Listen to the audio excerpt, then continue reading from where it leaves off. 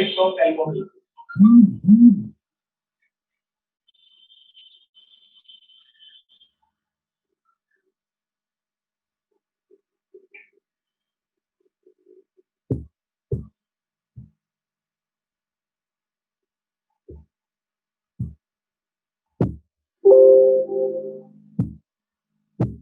देखो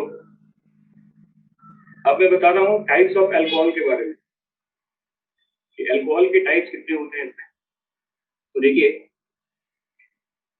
अल्कोहल यहाँ पर 3 तरह के होते हैं। एक को कहते हैं सिंपल अल्कोहल,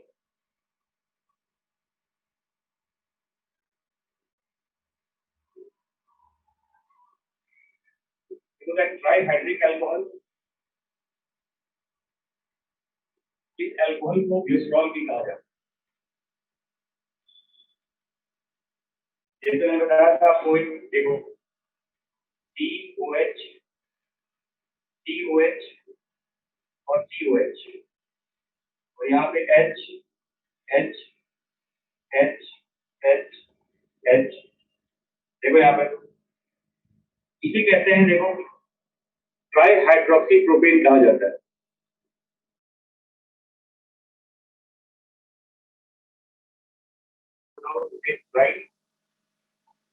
हाइड्रोक्सी प्रोपेन कहा जाता है। इसी को कहते हैं ग्लिसरॉल। इसमें 3 अल्कोहल होता है, देखो इसमें 3 अल्कोहल होते हैं टोटल और इसे कहते हैं ट्राइहाइड्रिक अल्कोहल कहा जाता है ना। और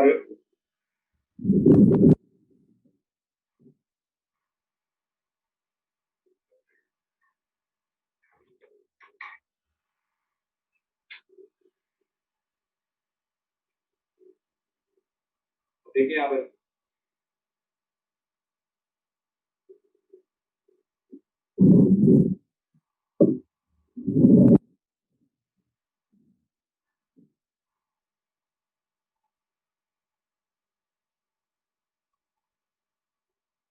और देखो इसमें एक को कहते हैं, एक को नाइट्रोजन कंटेनिंग अल्कोहल कहा जाता है।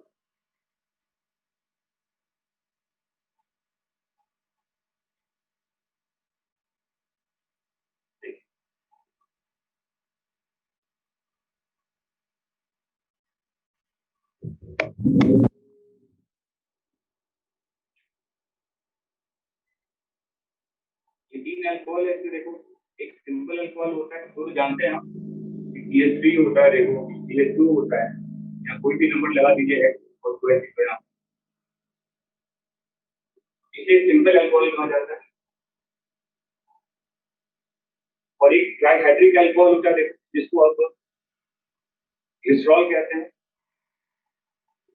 और एक नाइट्रोजन कंटेनिंग अल्कोहल है, देखो इसमें जैसे एक नाम मैं बताता हूँ आपको, स्टिंगोसीन कहा जाता है। स्टिंगोसीन ये अल्कोहल होता है, देखो इसे नाइट्रोजन कंटेनिंग अल्कोहल कहा जाता है स्टिंगोसीन को। तो सिंपल अल्कोहल तो जानते हैं आप कि कोई भी हाइड्रोकार्बन में एक वर्ड लगा दो सिंपल अल्कोहल हो जाएगा। ये है ट्राइहाइड्रिक अल्कोहल जो ग्लिसरॉल भी कहा जाता है। और ग्लिसरॉल का आइसोटोप में क्या हो जाएगा बताओ, कहते हैं 1 2 3 ट्राइहाइड्रोक्सी प्रोपेन कहा जाता है। देखो 3 अल्कोहल लगा हुआ है, 1 2 3, ये क्या हो गया बताओ, इसे कहते हैं 1 2 3 ट्राइहाइड्रोक्सी प्रोपेन कहा जाता है। तो मैंने कहा कि देखो 2 चीजें होती हैं इनमें, फैटी एसिड्स होते हैं और अल्कोहल होता है, और इन्हीं के मिलने से लिपिड का फॉर्मेशन होता है। समझ में आ गया? समझ में आ गया? नहीं, 2 कंपोनेंट में बता दिया आपको। हाँ जी। और देखो एक चीज और याद रखना है इसमें, जो मूफा मैंने बताया था आपको, MUFA mono unsaturated fatty acid plus जो saturated fatty acid, saturated fatty acid जो होता है,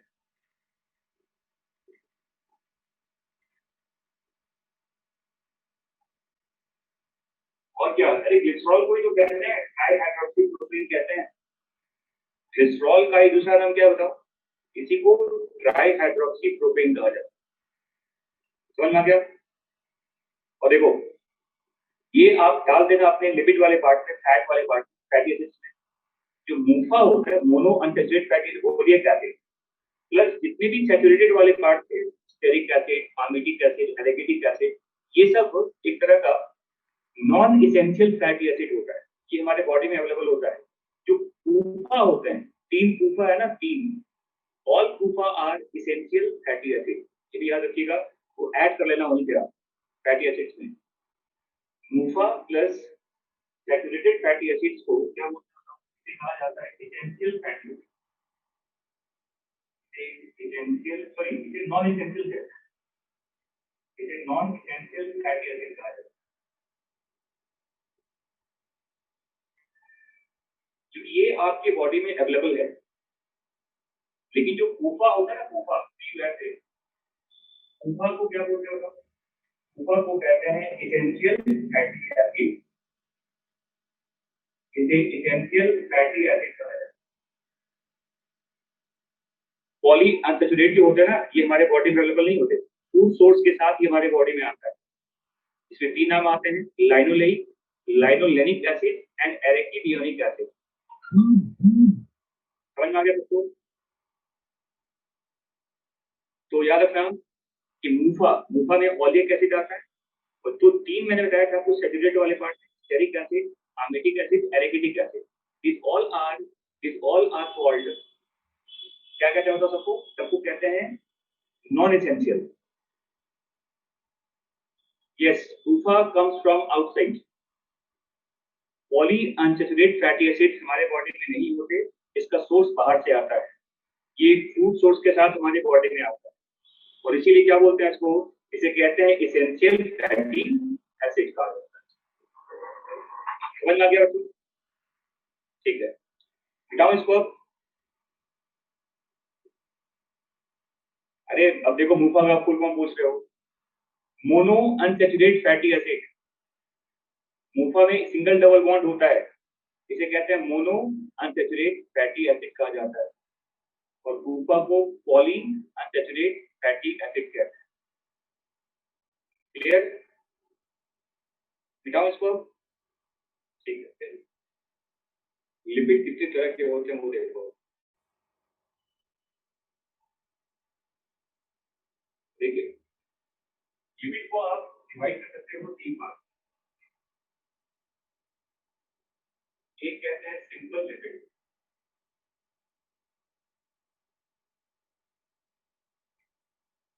एक होता है कॉन्जुगेटेड लिपिड। कॉन्जुगेटेड लिपिड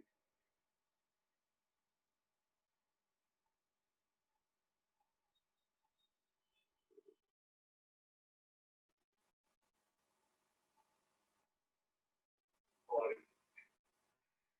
एक होता है स्टेरॉइड, और इसको स्टेरॉल कहा जाता है। तो बेसिकली डिराइव्ड लिपिड भी कहते हैं, इसे डिराइव्ड लिपिड भी कहा जाता है। तो लिपिड के देखो ये 3 टाइप हैं, simple lipid, conjugated lipid and steroid, और स्टेरॉल्स को डिराइव्ड लिपिड भी कहा जाता है। आइसोलेटेड लिपिड का कुछ मतलब डिराइव्ड लिपिड है ये, आइसोलेटेड लिपिड नहीं होता कुछ भी ऐसा। डिराइव्ड लिपिड होता है, कॉन्जुगेटेड होता है, सिंपल होता है। तो देखो, सिंपल लिपिड में 2 नाम यूज करते हैं, एक नाम आता है वैक्स, और एक दूसरा होता है neutral fat. Neutral fat, neutral fat को ही हम ट्राइग्लिसराइड भी कहते हैं।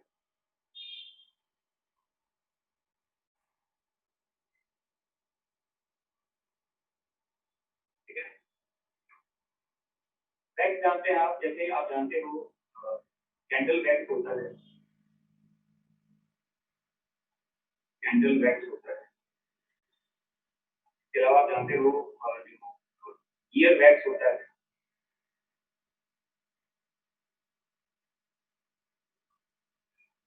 वैक्स भी होता है।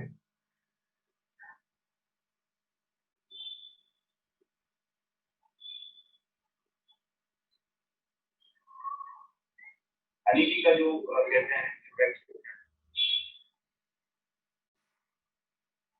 बी वैक्स कहते हैं, कैंडल वैक्स होता है, ईयर वैक्स होता है, फूल वैक्स होता है, हनी बी वैक्स होता है ना।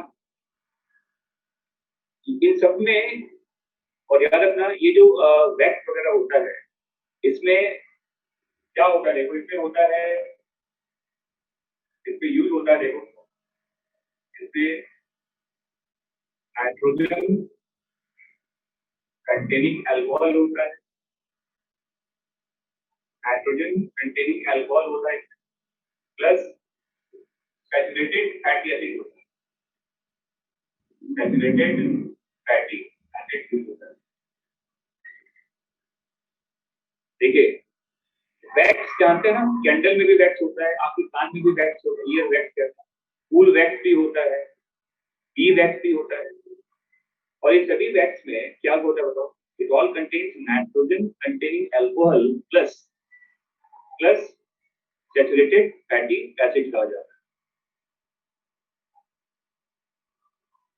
ठीक है, समझ में आ गया। जैसे आपने सुना होगा एक, जैसे आप जानते हैं कि आपकी ईयर वैक्स है, सेलमेन कहते हैं, सेलमेन वैक्स होता है, ईयर वैक्स को क्या बोलते हैं बताओ, सेलमेन कहा जाता है।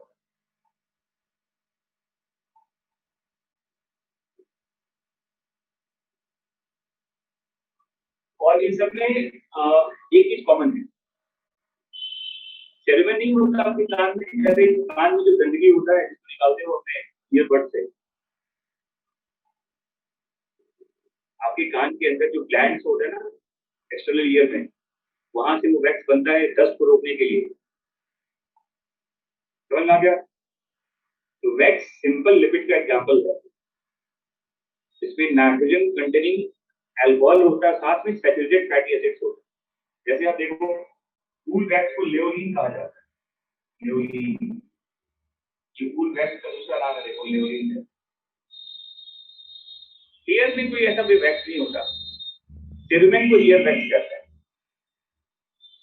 ईयर वैक्स को आप डुप्लीकेट लगाते हो ना, वो तो अलग। ठीक है, समझ में आ गया। ठीक है, चलो यहाँ देखो, अब मैं एक और देखो इसमें बता रहा हूँ ट्राइग्लिसराइड्स के बाद वो क्या होता है, व्हाट आर ट्राइग्लिसराइड्स।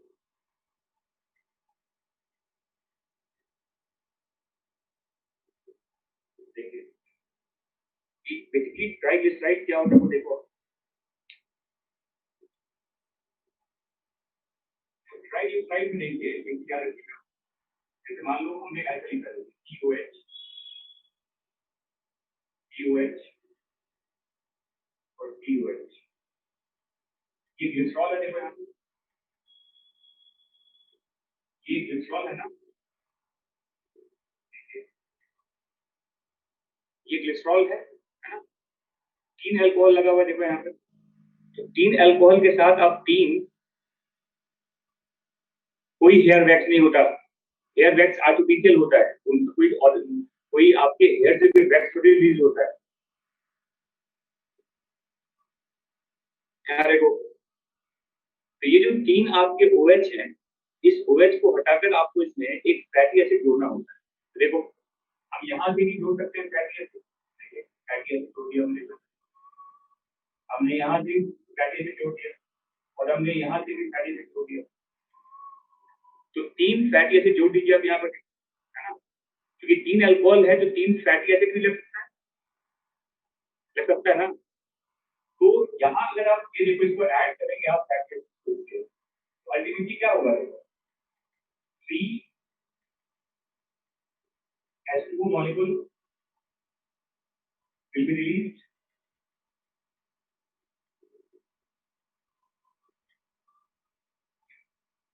देखो इसके बीच में एंटर लीकेज बनेगा ना, तो इसे कहते हैं ट्राइग्लिसराइड।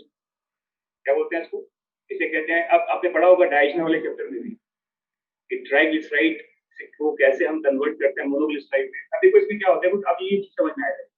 अगर मान लो ऐसा लिखा होगा COH, DOH, DOH। और यहाँ से इस हाइड्रोजन को हटाकर तो यहाँ लगा दो एक फैटी एसिड, यहाँ छोड़ दो, ये H है, ये भी H है, ये भी H है, ये भी H, ये भी H है, देखो यहाँ। इसका नाम क्या होगा बताओ? इसका नाम अभी क्या है बताओ? इसमें भी एक ही फैटी एसिड है, देखो क्या बोलेंगे इसको? क्या बोलेंगे बताओ इसको? इसे बोलेंगे मोनोग्लिसराइड, बिल्कुल सही कहा। यहाँ पर एक और आ जाएगा फैटी एसिड, क्या बोलेंगे बताओ उसको? उसे बोलेंगे डाइग्लिसराइड। एक और आ गया देखो यहाँ पर, क्या बोलेंगे इसको? सब उसे कहते हैं ट्राइग्लिसराइड। समझ में आ गया बच्चों? तो ट्राइग्लिसराइड जो होता है उसमें एक ग्लिसरॉल होता है और तीन क्या है बताओ? H क्या है? कहाँ पर H है? अरे हाइड्रोजन है यहाँ पर, और क्या होगा? 3H2O मॉलिक्यूल विल रिलीज और फाइनली इससे बनेगा एक ट्राइग्लिसराइड फॉर्म करेगा।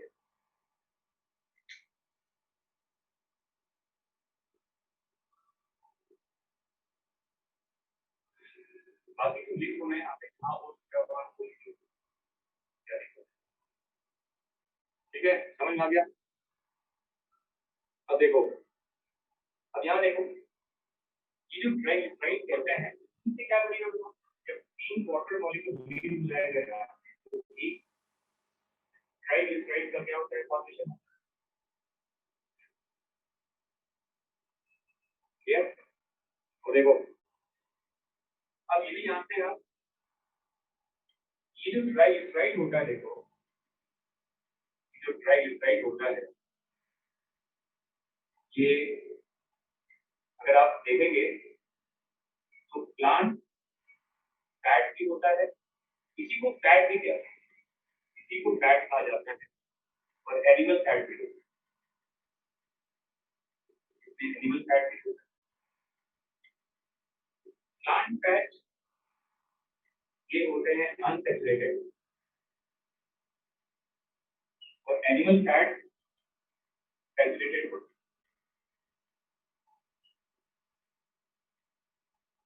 अनसैचुरेटेड कहने का मतलब इसमें डबल बॉन्ड ज्यादा होगा और ये लिक्विड या ऑयल कहते हैं at room temperature.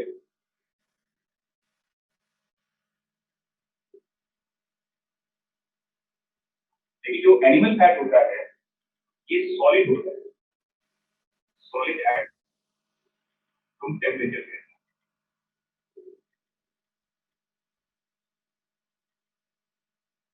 Plant fat थोड़ा ये सॉफ्ट होता है, ये ऑयल लिक्विड नेचर का होता है। एनिमल फैट को हार्ड फैट भी कहते हैं, सॉलिड फैट भी कहते हैं, क्योंकि ये रूम टेम्परेचर पे हार्ड हो जाता है। और ये आपके एनसीईआरटी में लिखा हुआ है कि कोई भी फैट वो लिक्विड और सॉलिड कैसे होता है बताओ? तो आप जानते हैं कि जो हाइड्रोकार्बन जितना ज्यादा क्या होगा अनसैचुरेटेड, तो उतना ज्यादा उसका मेल्टिंग पॉइंट क्या होगा बताओ? डिक्रीज कर जाता है, मतलब वो जल्दी उसमें वो सॉलिडिफाई नहीं होता वो। ये आपके एनसीईआरटी में लिखा हुआ है, देखो क्या लिखा हुआ? अनसैचुरेटेड लिखा हुआ है ना, इसका मतलब क्या है बताओ? इसमें इसमें डबल बॉन्ड का नंबर क्या होगा? ज्यादा मिलेगा। तो plant fats are called unsaturated. और याद रखना ये एनसीईआरटी में लिखा हुआ है कि unsaturation percentage of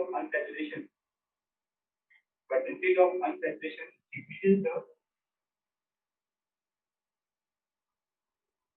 melting point of fat। ये आपके एनसीईआरटी में लिखा हुआ है,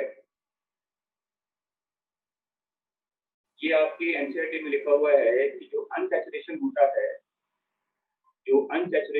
है उसकी वजह से आपका, चलो यहाँ देखो, तो मैंने कहा कि जो परसेंटेज ऑफ अनसैचुरेशन होता है वो डिक्रीज करता है मेल्टिंग पॉइंट ऑफ फैट को। ठीक है, जितना ज्यादा आपके फैट में डबल बॉन्ड होगा उसका मेल्टिंग पॉइंट उतना ज्यादा कम हो जाता है। तो जिस फैट में, जिस ऑयल में आप देखिए, अच्छा बताओ, जैसे बहुत सारा ऑयल आप यूज करते हैं, डालडा भी होता है, घी होता है, मस्टर्ड ऑयल होता है, वेजिटेबल ऑयल होता है ना। सबका थिकनेस अलग अलग होता है। चलो यहाँ देखो, अब ये जो अब याद रखिएगा कि ये जो इतने सारे ट्राइग्लिसराइड्स हैं इसके अंदर, अब अगर कंपेयर करेंगे आप देखिए, जैसे देखो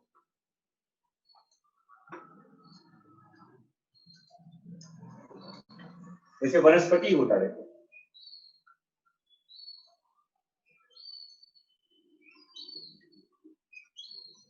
वनस्पति होता है ना, या फिर आप जानते हैं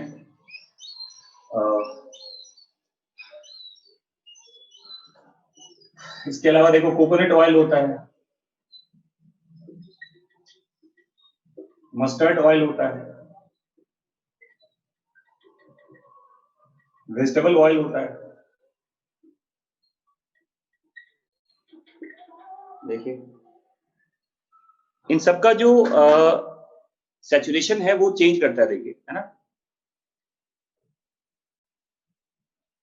वनस्पति में जानते हैं आप, ये हाईली सैचुरेटेड होता है, इसे हाईली क्या बोलते हैं बताओ, सैचुरेटेड कहते हैं।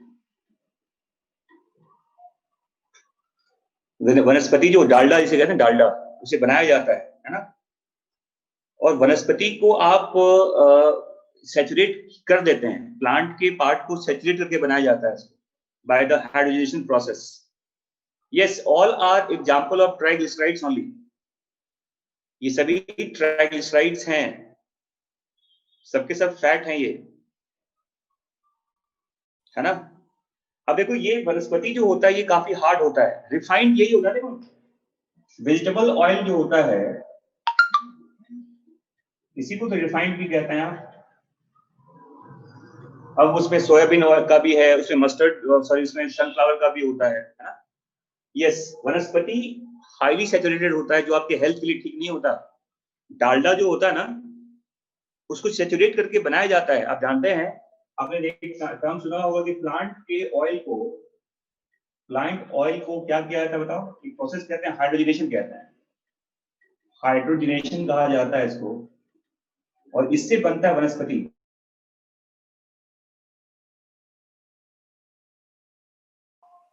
पढ़ा है ना, प्लांट के ऑयल को हाइड्रोजनेट किया जाता है और इससे वनस्पति बनाते हैं।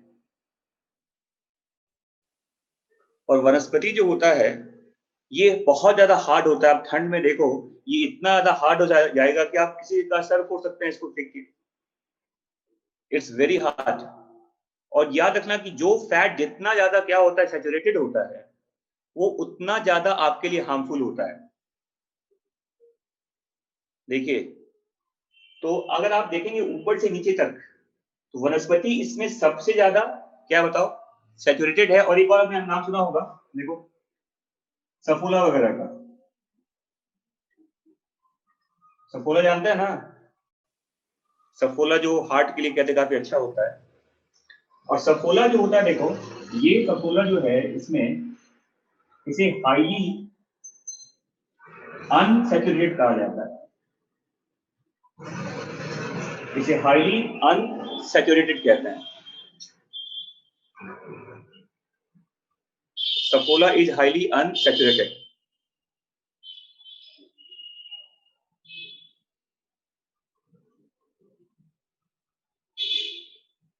समझ में आ गया, जो आपके हार्ट के लिए अच्छा होता है। तो जो फैट, याद रखना, जो फैट जितना ज्यादा आप जो यूज कर रहे हो, जो ऑयल यूज करते हैं आप, जिसमें अनसैचुरेशन जितना ज्यादा होता है, वो फैट आपके हेल्थ के लिए उतना अच्छा होता है।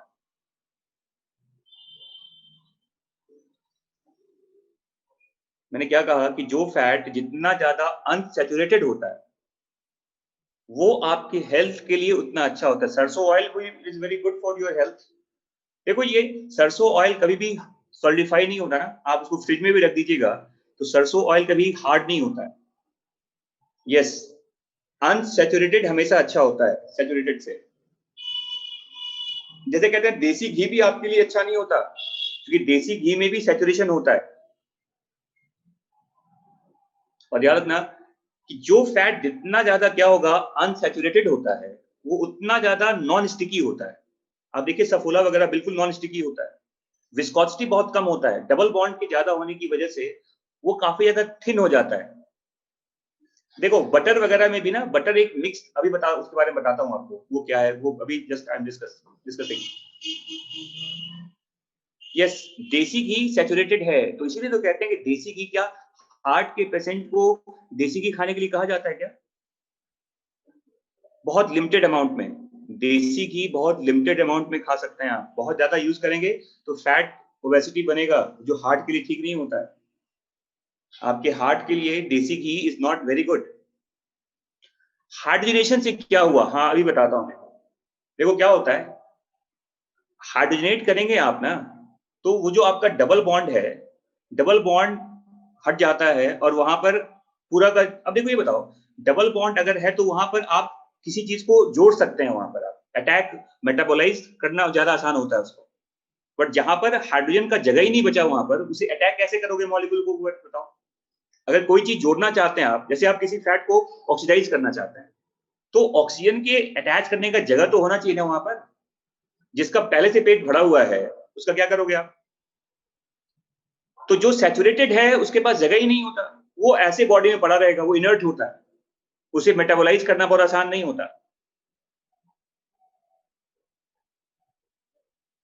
लेकिन जो फैट आपके लिए अनसैचुरेटेड है,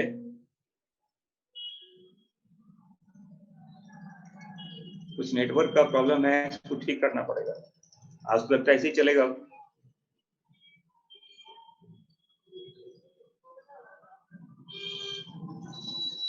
yes, animal fat are saturated.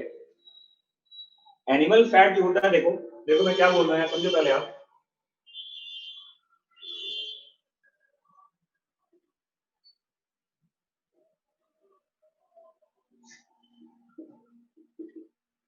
Animal fat जो होता है,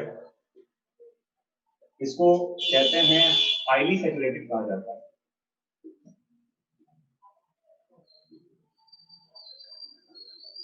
ठीक है, और ये याद रखिएगा आप, देखो, और it is not good for health, not good for health कहते हैं। ठीक है बच्चों, इसके बाद देखिए, अब देखो ये जो फैट होता है, फैट दो तरह का होता है, एक को कहते हैं फैट और एक मिक्स फैट होता है।